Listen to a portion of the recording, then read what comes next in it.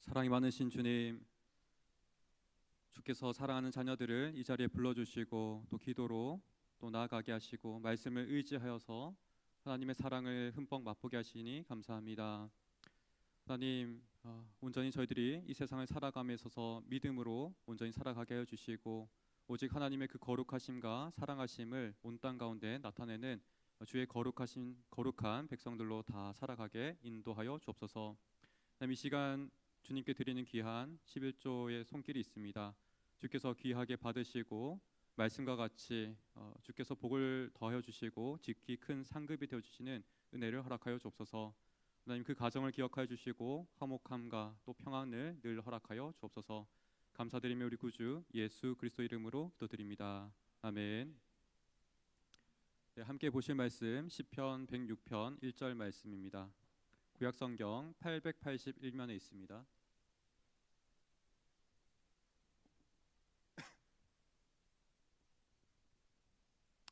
시편 106편 1절 말씀입니다. 구약성경 881면에 있습니다.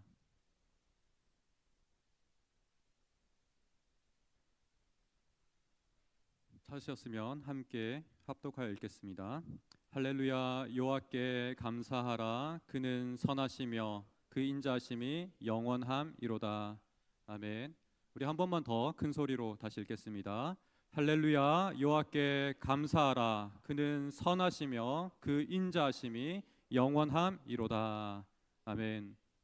오늘 함께 여호와께 감사하라는 제목으로 말씀을 나누기 원합니다. 데살로니가전서 5장 16절 이하의 말씀을 보면 항상 기뻐하라, 쉬지 말고 기도하라, 범사에 감사하라, 이렇게 우리에게 명령을 주고 있습니다.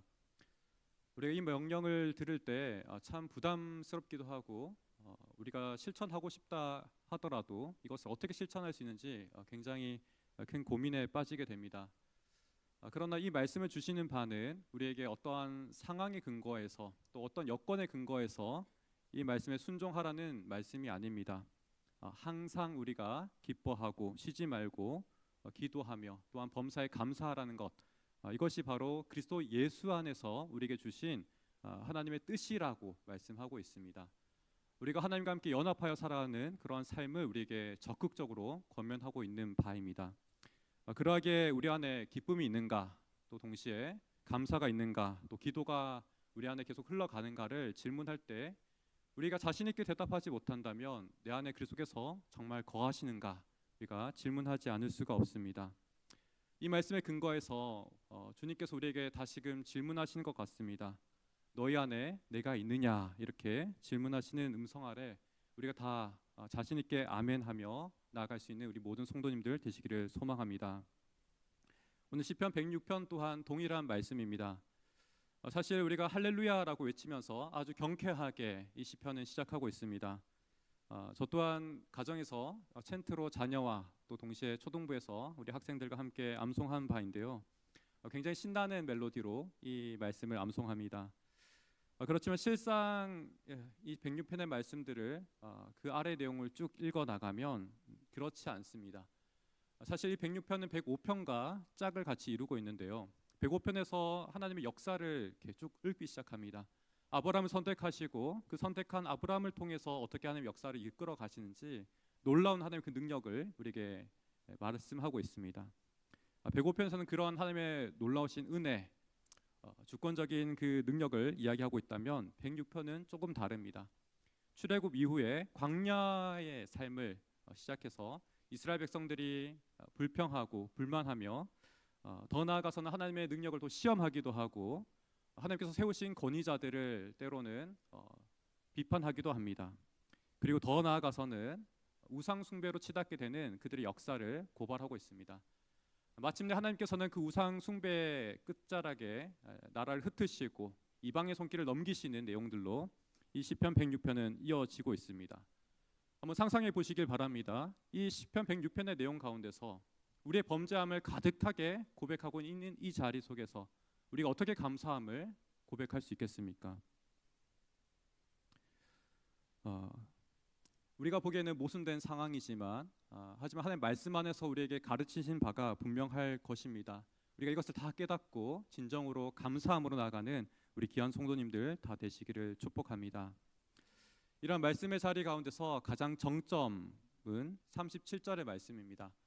37절의 말씀 한번 같이 읽겠습니다.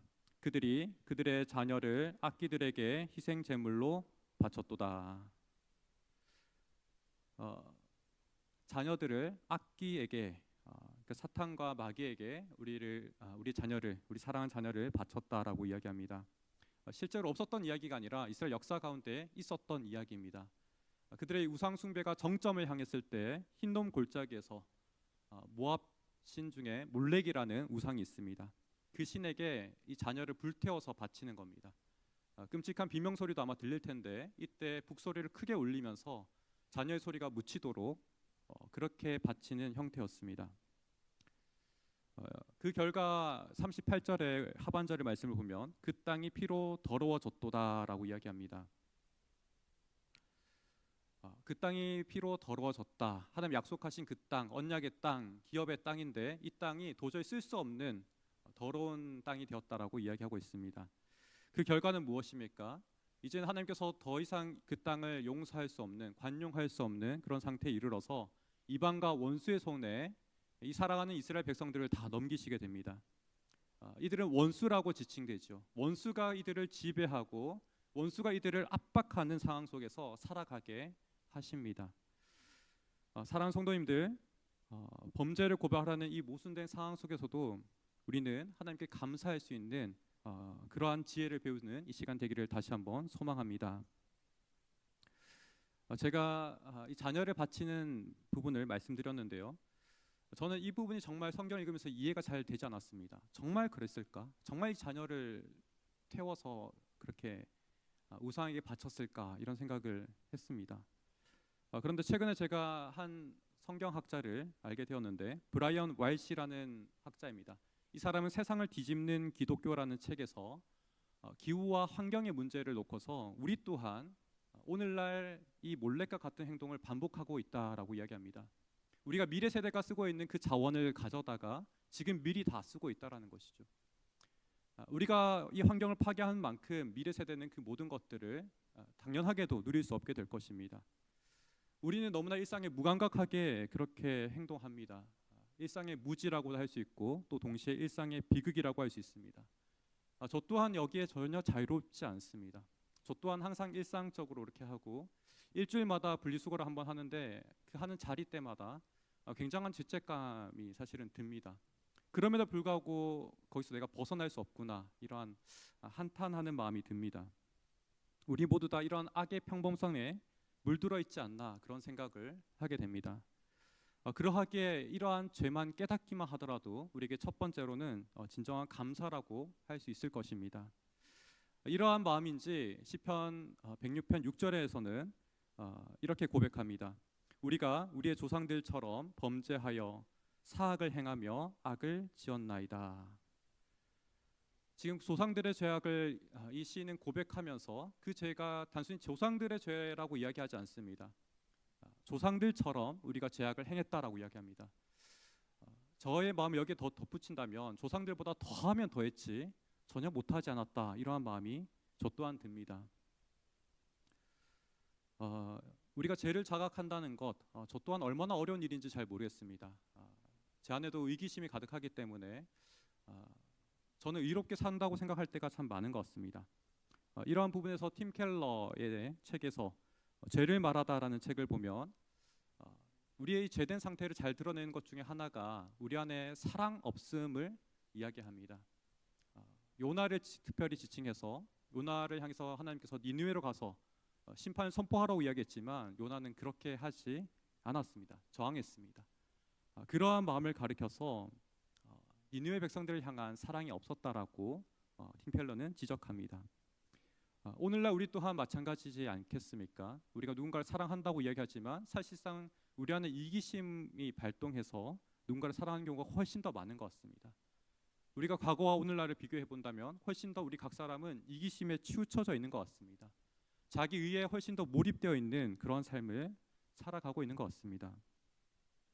사랑하는 성도님들, 부디 오늘 이 기도하는 시간을 통해서 주의 자비하심 아래 우리의 죄된 상태를 온전히 깨닫게 해주시기를 간절히 간구하는 우리 모두가 되기를 소망합니다. 그리하여 더욱더 더 큰 감사로 나아가는 우리 모두가 되기를 소망합니다. 3절 말씀을 근거해서 우리가 본다면 오늘 이 시편 106편에는 두 인물을 소개하고 있습니다. 3절 말씀 제가 읽어드리겠습니다. 정의를 지키는 자들과 항상 공의를 행하는 자는 복이 있도다. 여기서 두 인물을 소개하고 있는데 한 인물은 모세이고 또 다른 인물은 비느하스입니다. 먼저 23절 말씀을 보면 모세에 대해서 우리가 먼저 확인할 수 있습니다. 이 모세라는 인물은 하나님과 이스라엘 백성들 사이에서 범죄한 이스라엘 백성들 사이에서 중보자로서 서 있었습니다. 잘 아시겠지만 이스라엘 백성들이 금송아지를 만들어서 숭배했을 때 하나님 정말 진노해서 이 백성들을 다 멸하겠다라고 말씀하시는 그 자리 앞에서 서서 중보하였던 사람이 모세입니다. 23절 말씀 한번 같이 읽겠습니다. 그러므로 여호와께서 그들을 멸하리라 하셨으나 그가 택하신 모세가 그 어려움 가운데서 그의 앞에 서서 그의 노를 돌이켜 멸하시지 아니하게 하였도다. 우리는 흔히들 이 부분을 놓고서 좀 착각하기 쉽습니다. 너무 잘 알고 계신 부분이죠. 주께서 기록하신 책에서 내 이름을 지워버려 주시옵소서. 만약 이 백성들의 죄를 사하실 수 없다면 저의 이름을 주의 기록된 그 책에서 제거하여 주십시오. 이렇게 모세는 간구하죠. 우리는 흔히들 그 기도의 근거에서 하나님께서 용서해 주셨다라고 착각할 때가 많습니다. 전혀 그렇지 않습니다. 주님께서는 그러한 부분에서 누구든지 내게 범죄하면 내가 그 책에서 그를 지워버리리라. 그러니까 보응에 대한 이야기를 하고 계십니다. 모세가 진정으로 중보했던 부분은 뭐냐면 하나님의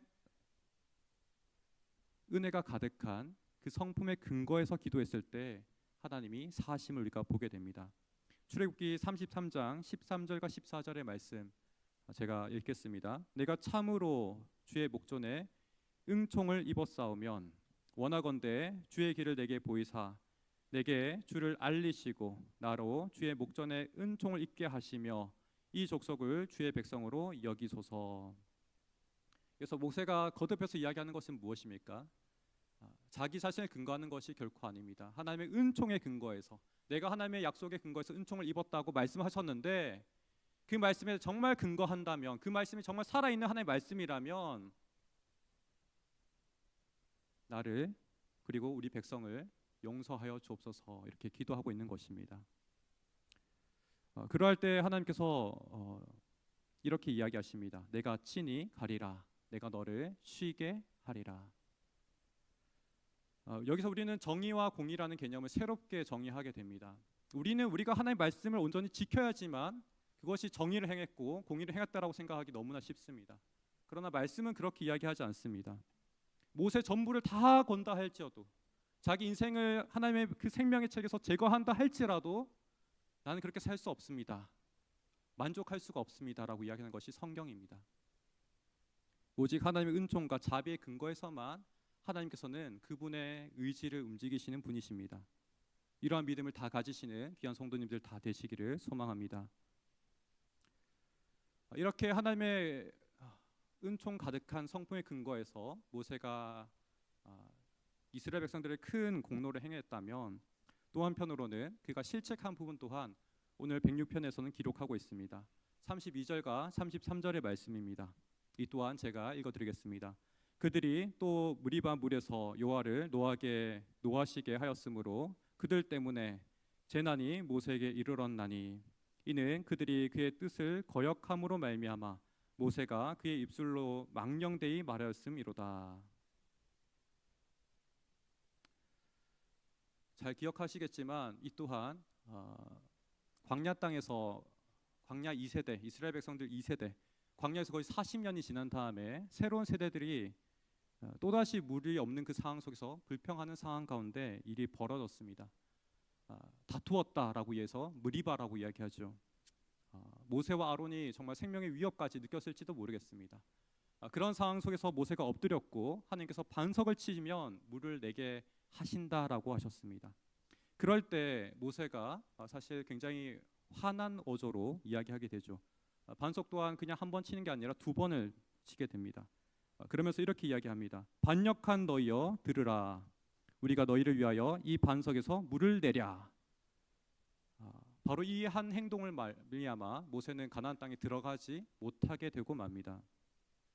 하나님께서는 이렇게 물을 내게 하신 이유는 이스라엘 백성들에게 물을 먹이시는 분, 그들이 이렇게 불평하고 은총 베풀기 참 어려운 그러한 완악한 백성임에도 불구하고 하나님께서는 베푸시는 분이시라는 것을 알려주기 위함인데 모세가 이를 나타내지 못했기 때문에 그렇습니다. 하나님의 그 자비하심과 긍휼하심을 나타내지 못했기 때문에 모세는 가나안 땅에 들어가지 못했습니다.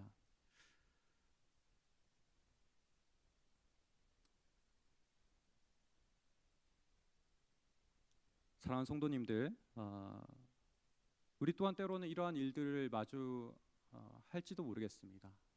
그렇지만 우리 입장에서 이것을 불평할 수 있는 것은 결코 아닙니다.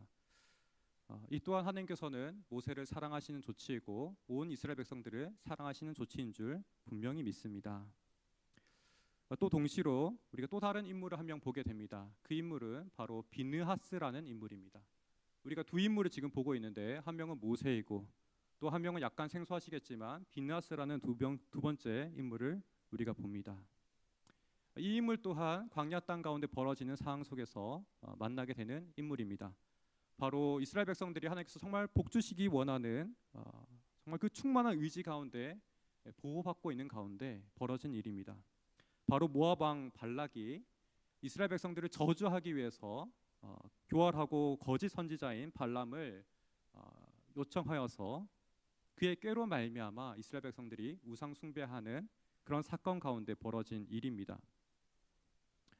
28절의 말씀 보겠습니다. 함께 읽겠습니다. 그들이 또 부올의 바알과 연합하여 죽은 자에게 제사한 음식을 먹어서, 지금 부올의 바알과 연합하였다 이야기합니다. 단순히 우상 숭배뿐만 아니라 그들에게 제사한 음식을 먹었고 또 이방 여인과 음행을 했기 때문에 이렇게 표현하고 있습니다. 하나님의 정말 불타는 진노가 이스라엘 백성들 가운데 내려졌습니다. 그럴 때 하나님께서 명령하신 바는 뭐냐면 이스라엘 족장들을 다 잡아다가 매달아라 이렇게 이야기하십니다. 그렇게 다 시행하는 가운데 또 한 사람, 또 다른 족장이죠. 이 족장이 미디안 여인을 데리고 와서 장막 속에 들어갑니다. 그것을 보고서 비느하스 제사장입니다. 이 사람이 불타는 분노로 말미암아 그 여인과 그 족장을 찔러 버립니다. 꿰뚫어 버리는 것이죠. 이러한 부분에서 시편 오늘 본문의 30절과 31절은 이렇게 평가합니다. 같이 읽겠습니다. 그때 비느하스가 일어서서 중재하니 이에 재앙이 그쳤도다. 이 일이 그의 의로 인정되었으니 대대로 영원까지로다. 여기서 의롭다고 칭하시는 것, 이거는 우리가 성경에서 잘 알고 있는 바처럼 아브라함을 의롭다 하신 것과 동일한 표현입니다. 그러나 이 또한 행위로 의롭다 하신 것이냐? 그렇지 않습니다. 하나님의 거룩한 분노에 그가 동감된 것이고 정말 하나님의 의지가 먼저 앞서 있는 가운데서 그 또한 순종하는 발걸음처럼 하나님과 겹쳐져 있었기 때문에 의롭다 하신 겁니다. 그가 공의로운 창이 되어서 범죄한 백성들을 향해 그 진노를 그치게 했기 때문에 이러한 평가를 받을 수 있었습니다. 저는 모세와 비느하스를 비교하는 가운데 한 가지 궁금한 부분이 생겼습니다. 우리가 알고 있는 그토록 위대한 모세는 한편으로는 이렇게 의롭다고 오늘 본문에서 평가하지 않는 반면 비느하스는 정말 한순간으로 말미암아 왜 영원까지 그를 의롭다라고 인정하는가라는 생각이 들었습니다. 한참 동안 이 본문 앞에서 멈춰서서 도저히 해결되지가 않았습니다. 그러나 문득 생각해 봤을 때 이 두 사람의 차이는 사실상 있지 않습니다. 모두 다 사람이고 또 모두 다 완전한 자들이 아닙니다. 그럼에도 불구하고 하나님께서는 그 한 행동을 너무 기념적으로 기억하시고 칭찬하신 것에 지나지 않는다 이렇게 생각합니다.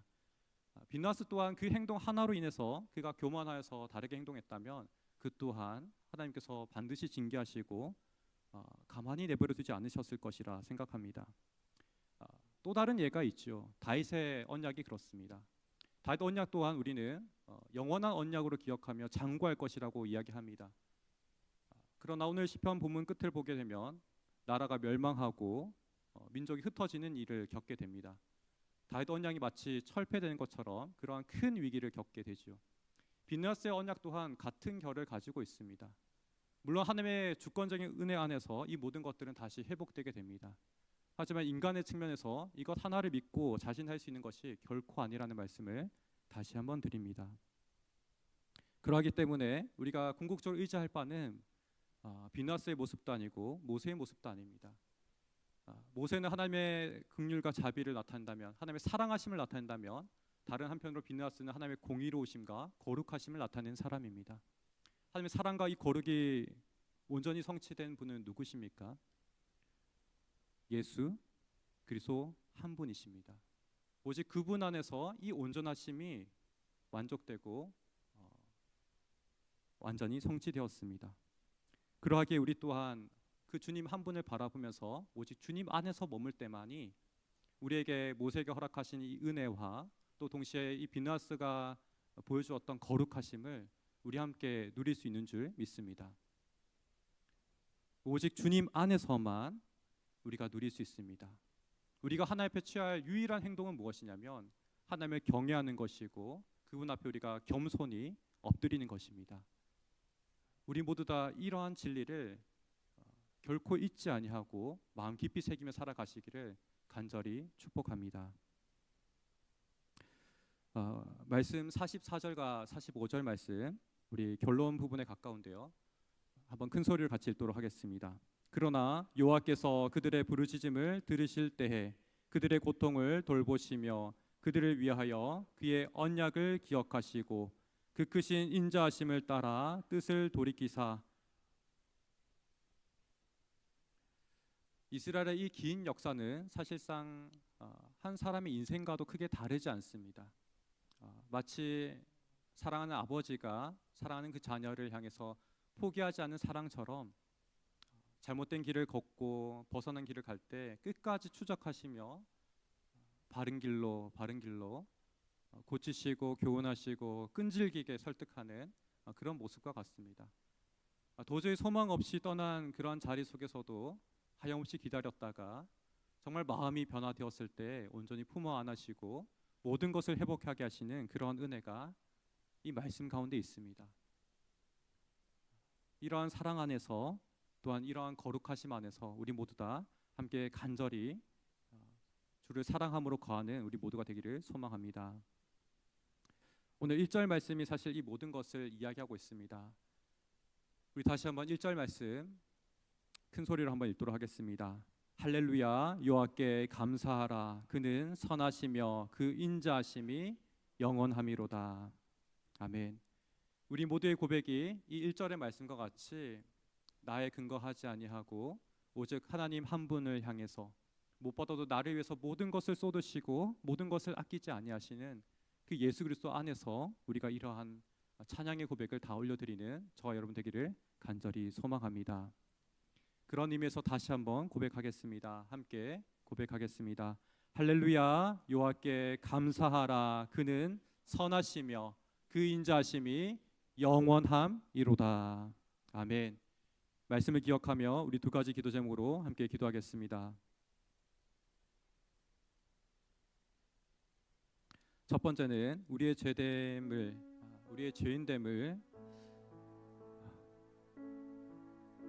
정말 이 시간 깊이 깨닫는 시간 되게 해주시기를 기도하기 원합니다. 우리가 얼마나 무감각한지 모르겠습니다. 우리의 선배 목사님들은 저 같은 어린 목사들을 바라보면서 제가 신학생 때 바라보시면서 우리가 잘못 살았다, 미안하다 이렇게 말씀하셨습니다. 근데 돌아보니 저는 거기에 한참 미치지 못하는 그런 삶을 살고 있습니다. 무감각하고 세상을 향해 저항하지 못하고 너무나 부끄러운 삶을 살고 있습니다. 주께서 우리 모두를 깨우쳐 주시고 진실로 주님 말씀 한 말씀을 내 생명과 같이 붙잡고 살아갈 수 있게 해주시기를, 그 말씀 앞에 날마다 우리가 무릎 꿇고 참회의 눈물을 흘리며 살아갈 수 있도록 그런 은혜를 주시기를 우리 함께 기도하기 원합니다. 두 번째로는 예수 그리스도와 우리가 연합하여서 하나님의 사랑과 거룩하심을 풍성히 맛보는 그러한 우리 되기를 간절히 소망하기 원합니다. 사랑과 거룩하심에 우리가 머물고 또 동참하며 세상을 향해서 담대하게 주의 음성을 선포할 수 있는 참된 백성으로 다 살게 해달라고, 우리 담대하게 자녀의 그 은혜를 가지고 우리 나아가기 원합니다. 함께 기도하겠습니다. 사랑이 많으신 주님 감사합니다.